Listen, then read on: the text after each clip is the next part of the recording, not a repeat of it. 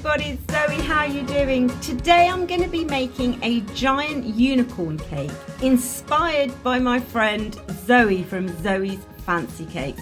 She did a fantastic tutorial. The difference with mine and hers is that I went ahead and made my own structure, plus I upscaled this cake. It was huge. So I started with a structure that I built myself using plumbing pipe, which I've screwed into an MDF baseboard and created the legs and the base, for which I'm then going to stack the cake onto. I'm giving the structure a good clean before I start to apply some Rice Krispies, and you can see that I'm cladding that onto the plastic structure. I don't need to cover the whole thing, I'm just blocking out areas of the leg that need a bit more space. I'm wrapping it with cling film to help keep it in place while it hardens and dries.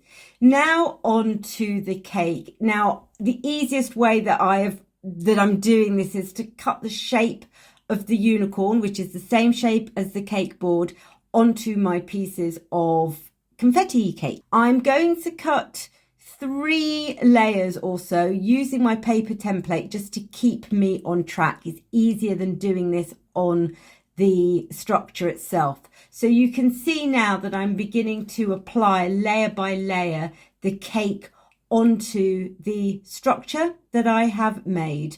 And it's a big cake this, so I'm having to do it in 2 pieces to create one level. It's a confetti cake, and then in between you can see I'm putting a layer of Swiss meringue lemon buttercream, and I am just now putting on the next layer of cake.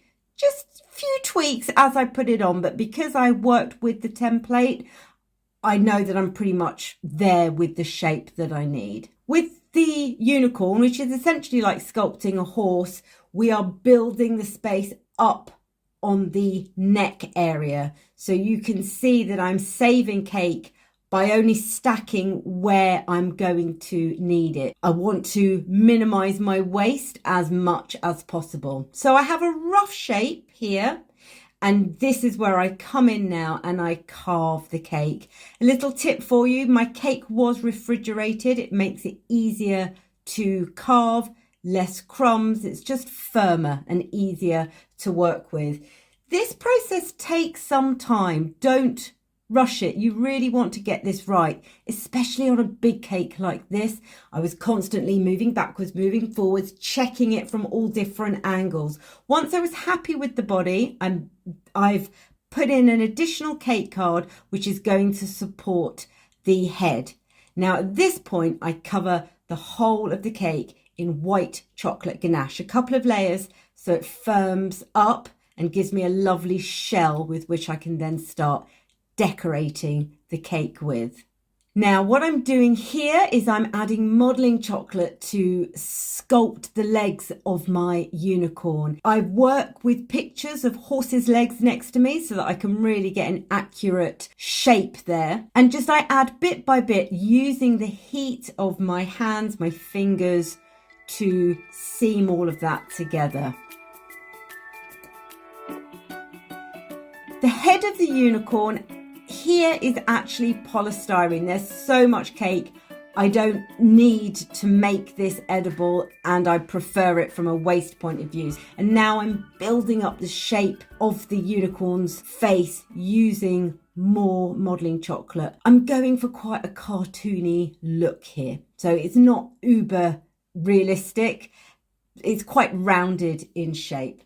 So once all of that's in place, I'm then going to go ahead and actually cover my unicorn. I'm using white paste, and I'm using the sugar paste here. It's a fantastic quality paste and it seams really well. You can see that I'm doing this patchwork style. It's a huge cake this, bit by bit. It's the easiest way to do it. And the eagle-eyed amongst you will have noticed that the board has suddenly been covered. I covered the board and left it dry overnight before I then began to cover my cake. So you can see that I'm using two things here. I'm using paste wrapped in a ball, molded into a ball I should say, and I'm also using a soft piece of foam. Both of those methods enable me to smooth over the seams of the sugar paste without causing any rucking or tearing. I'm using a ball tool to create nostrils and marking out where the mouth is going to go using a Dresden. Fairly simple features on this cake, nothing too complicated there. Just smoothing again using my little foam smoother. Great tip, really useful. I've cut out using a circle cutter the eyes, and then I have squished in a ball which I have just squashed into a teardrop shape into that eye socket. I'm creating eyelids there, and that's going to give me a marker for when I now begin to put in the pupil and the iris of the eye using sugar paste. This is an edible pen, and I'm just using the outside of that with a brush dipped into a little bit of water to help spread that colour around. A couple of little white dots of sugar paste, and now using petal dust I am going to give the unicorn some eyeshadow. I could have used coloured paste here, but I preferred the subtle effect of the powder. This is, some of you may have recognised this, very much inspired by Zoe's Fancy Cakes, who also did a unicorn. I've just taken her cake and upscaled it to a bigger version. I'm using petal dust to create some nice cheeks, and also petal dust on that muzzle of the unicorn there. Some extra modelling chocolate seaming in those ears.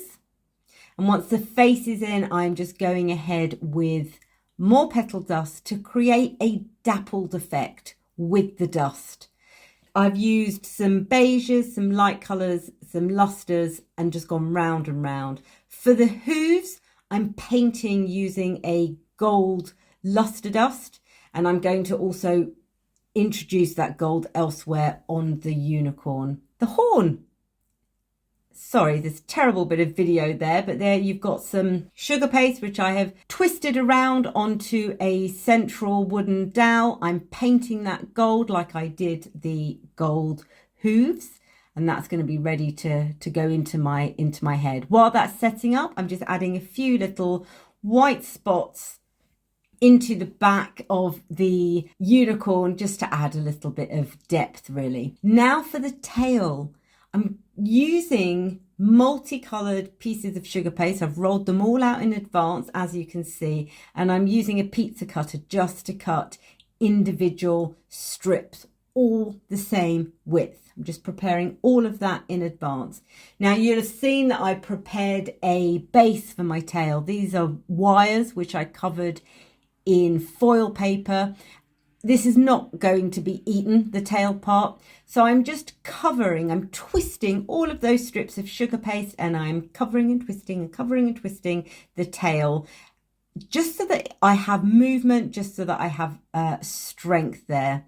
And I'm doing exactly the same thing along the back neck of the unicorn to create the mane. Twisting and then just using a little bit of sugar glue to make sure that the twisted mane stays in place. I've added in the gold horn and a little bit of fringing. And then finally, I've just dusted the whole cake with some pixie shimmer dust so that the whole unicorn is sparkling.